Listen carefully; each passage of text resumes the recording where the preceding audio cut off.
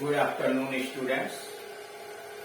इस वीडियो के अंतर्गत हम formation of complex sentences by using adjective clause यानी एडजेक्टिव क्लॉज के प्रयोग के द्वारा दो या दो से अधिक सिंपल सेंटेंसेस को जोड़ करके एक कॉम्प्लेक्स सेंटेंस किस प्रकार से बनाया जाता है इसका अध्ययन हम करें। पहली बात, एडजेक्टिव होता क्या है? एडजेक्टिव वह शब्द होता है जो वाक्य में आए हुए किसी नाउन या प्रोनाउन की विशेषता बताता है। जैसे a good boy, he is a good boy. इसमें आप देख रहे हैं कि बॉय की विशेषता गुड बता है। गुड को कहेंगे adjective. Ram is intelligent, Ram बुद्धिमान है। इंटेलिजेंट क्या करने आया है? राम की व्याख्या करने के लिए आया है, उसकी विशेषता बता रहा है, तो उसको एडजेक्टिव। जो एडजेक्टिव नाउन के पहले आकर विशेषता बताता है वह उसका प्रयोग एट्रीब्यूटिव यूज ऑफ एडजेक्टिव है। और जिस वाक्य के अंतर्गत नाउन आगे होता है, एडजेक्टिव क्रिया के बाद होता है, उसको प्रेडिकेटिव यूज ऑफ एडजेक्टिव कहते हैं। जैसे Ram is intelligent, predicative use of adjective. लेकिन he is a good man, वह एक अच्छा आदमी है, इसको एट्रीब्यूटिव यूज ऑफ एडजेक्टिव कहते हैं। अब आइए फ्रेज। एक शब्द जब विशेषता बताता है किसी नाउन या प्रोनाउन की, तो उसको आप एडजेक्टिव। लेकिन एक से अधिक शब्द यानी फ्रेज, वाक्यांश जब किसी नाउन या प्रोनाउन की विशेषता बताते हैं तो उसको एडजेक्टिव फ्रेज करते हैं। कुछ शब्दों का समूह अगर नाउन या प्रोनाउन की विशेषता बता रहा तो एडजेक्टिव फ्रेज कहलाता है।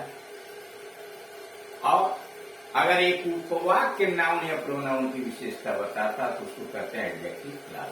समझने के लिए यहाँ देखिए, सी है ये गोल्डन रिंग, उसके पास एक सोने की अंगूठी है। इसमें रिंग नाउन है, उसकी विशेषता गोल्डन बता रहा है। दूसरे वाक्य में सी हैज ए रिंग, उसके पास एक अंगूठी है मेड ऑफ गोल्ड, सोने की बनी हुई।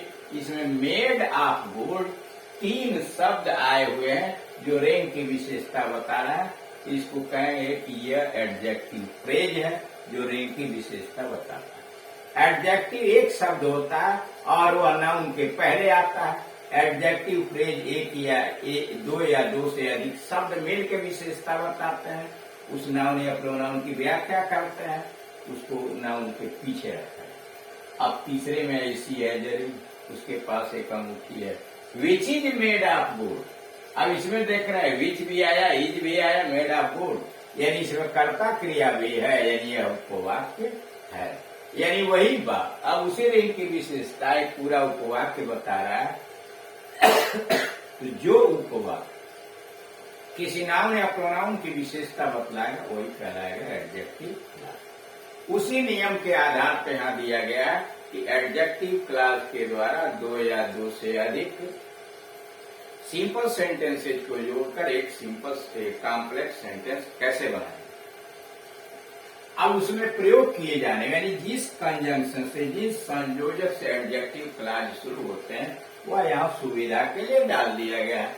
जैसे पहला हु कंजंक्शन, हु का मतलब होता है जो या जिसने,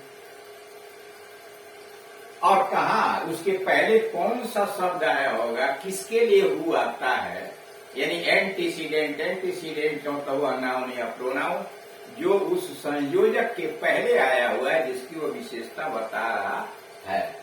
तो हु सजीव प्राणी के लिए आता है, लिविंग बीइंग के लिए। जैसे राम, श्याम, मोहन, बड़े जानवर, उनके लिए आप हु का प्रयोग करते हैं। नॉन लिविंग के लिए यानी निर्जीव प्राणी के लिए हु नहीं आता, केवल सजीव के लिए आता है। जैसे लड़का, दी बॉय, लड़का जीवित है। Who gave you a book, जिसने तुमको एक पुस्तक दी। इज वेरी इंटेलिजेंट, बहुत बुद्धि। अब इसमें the boy who gave you, तो who gave you a book क्या कर रहा है, बॉय की विशेषता बता, वह लड़का। देखिए एडजेक्टिव या एडजेक्टिव क्लास करता क्या है, किसी नाउन या प्रोनाउन की विशेष गुणों की व्याख्या करता है या उसके गुणों को लिमिट कर देता है या उसके विषय में कुछ और विशिष्ट बना देता है, बताता है। अब यहाँ क्या है, दी बॉय लड़का, who gave you a book, जिसने तुमको पुस्तक, लड़के तो बहुत है लेकिन विशिष्ट बनाया जिसने तुमको पुस्तक दे। दूसरा हुम ऑब्जेक्टिव केस में है, जिसको, जिसे, इसका मतलब होता है जिसे या जिसको। यह भी केवल सजीव प्राणियों के लिए ही आता है, जैसे द मैन, आदमी, whom you gave 10 rupees, जिसको तुमने 10 रुपया दिया, इज ए मैन, पागल है। अब यहाँ हुम किसके लिए है, जिसको या जिसे, एडजेक्टिव क्लास बनाना। अब विशेषता किसकी बता रहा है, द मैन की। हुज जिसका मतलब होता है जिसका, जिसके, जिसकी, और उसके साथ उसका नाउन भी जुड़ा रहता है, जैसे जिसकी साइकिल, हुज बाइसाइकिल, जिसका घर, हुज हाउस, समझ ना। यह सजीव निर्जीव सबके लिए था। हुज ब्रदर, जिसका भाई, हुज सर्वेंट, जिसका नौकर, सजीव हो गया। अब ये पॉसेसिव केस में आता है और यह सजीव निर्जीव दोनों के लिए आता है। हुज ब्रदर, जिसका भाई, या हुज बाइसाइकिल, जिसकी साइकिल, या हुज विंडोज, दे रूम, हुज विंडोज, कमरा तो निर्जीव है, उसके लिए भी हुज लगाना, राम के लिए भी आप हुज लगाना, इसलिए सजीव और निर्जीव दोनों के लिए। विच, जो, जिसने, जिसे, जिसको प्रीपोजिशन लगाकर मतलब बदलते रहिए, लेकिन यह केवल नॉन लिविंग बीइंग के लिए आता है, निर्जीव प्राणियों के लिए ही आता है, वस्तुओं के लिए, पदार्थों के लिए ही आता है। They can come, which you gave me, जो तुमने मुझे दिया, कलम निर्जीव है इसलिए आपने विच लगाया, क्लियर। अब आइए दैट, दैट की कुछ विशेष पोजीशन हो, जहां पर न विच लग सकता है न हु लगता है, जो या जिसने के लिए। जैसे अगर पहले उपवाक्य के अंतर्गत थिंग आ गया कोई बात के लिए, आल आ गया हो, एनी आ गया हो, नो या नन, नथिंग, या इनसे बना हुआ कोई शब्द जैसे any one, any boy, no body, no one, समझ रहे हैं ना। आल बॉय, आल वुमेन, यानी all, any, no, none, nothing, इनसे यह आए या इनसे बना हुआ कोई शब्द आ जाए, मच आ जाए, लिटिल आ जाए, वनली आ जाए, ठीक। पहले उपवाद एवरीथिंग, उसके बाद जो कि अंग्रेजी में विच लिखेंगे आप, न हु लिखेंगे तब जाएगी, समझ रहे हैं। यानी पहले उपवाक्य में आल आया है, एनी आया है, नो आया है, नन आया है, नथिंग आया है, या इनसे बना हुआ कोई शब्द जैसे all boys, all women, anybody, anyone, anything, no one, nothing आदि आया हुआ है, तो जो कि अंग्रेजी में हु लिखेंगे ना विच, तो वहां दैट निश्चित रूप से लगेगा।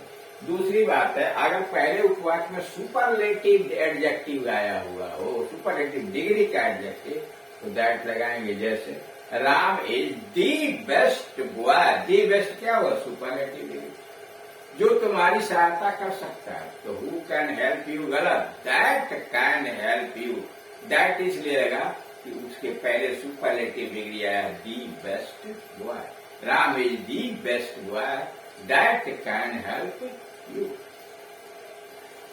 उसके बाद अगर एब्स्ट्रैक्ट नाउन आया हो, भाववाचक संज्ञा पहले आया हो, तो उसके लिए आप दैट लगाएंगे।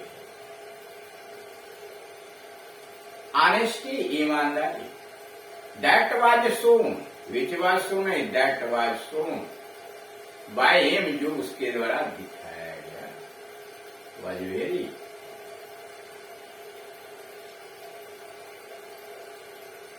प्रेजेबल, वह बहुत ही प्रशंसनीय था। अब आइए वाक्य में पहले हु या व्हाट इंट्रोगेटिव प्रोनाउन आ गया हो, जैसे इंट्रोगेटिव प्रोनाउन, हु एम आई, मैं कौन होता हूं, हु कैन हेल्प यू नहीं, that can help you, who am I, that can help you, मैं कौन होता हूं जो तुम्हारी सहायता करो। व्हाट इज इट, व्हाट से शुरू होगा, व्हाट इंट्रोगेटिव प्रोनाउन है, व्हाट इज इट, यह कौन सी बात है, दैट ट्रबल्स यू, जो तुमको पीड़ा देते। क्लियर? यानी ये लोग आए थे, इनके बाद दैट का प्रयोग होगा। एज का प्रयोग कहाँ करेंगे?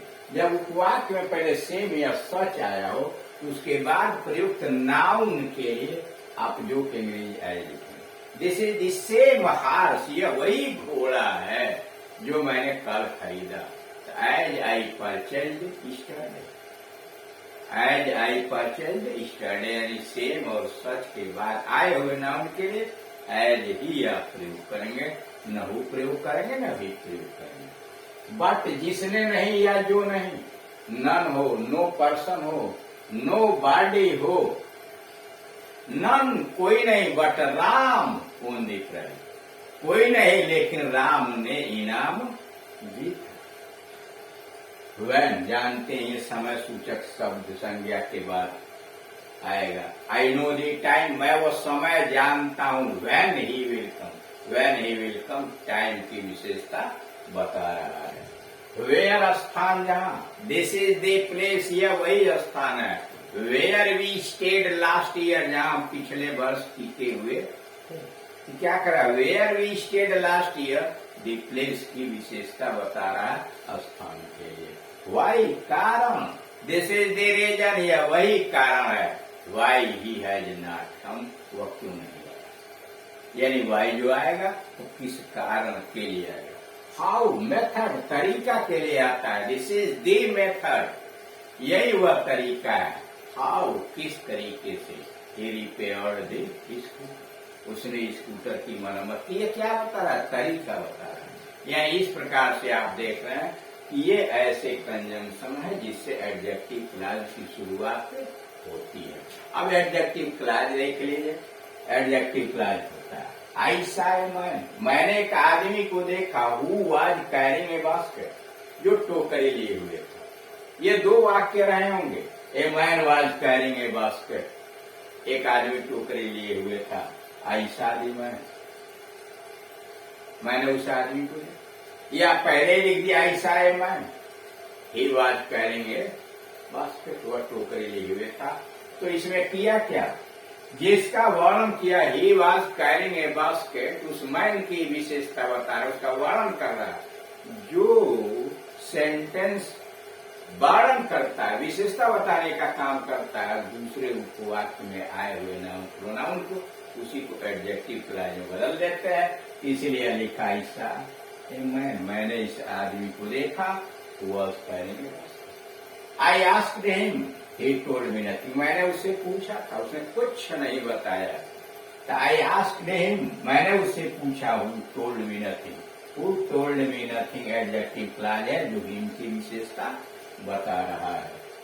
ऑल दी वुमेन, सारी स्त्रियां, that were here an hour ago, जो 1 घंटा पहले यहाँ थी, हैव गॉन जा चुकी है।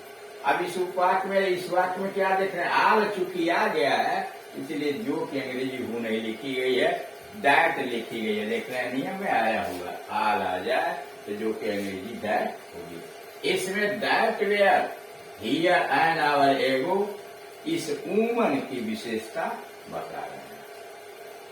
This is the same pen, यह वही कलम है। एज आई बॉट यस्टरडे, जो मैंने कल खरीदा। क्योंकि सेम आ गया इसलिए यहाँ एज आया। यानी इस प्रकार से एडजेक्टिव क्लॉज किसी नाउन या प्रोनाउन की विशेषता बताता है। क्लियर?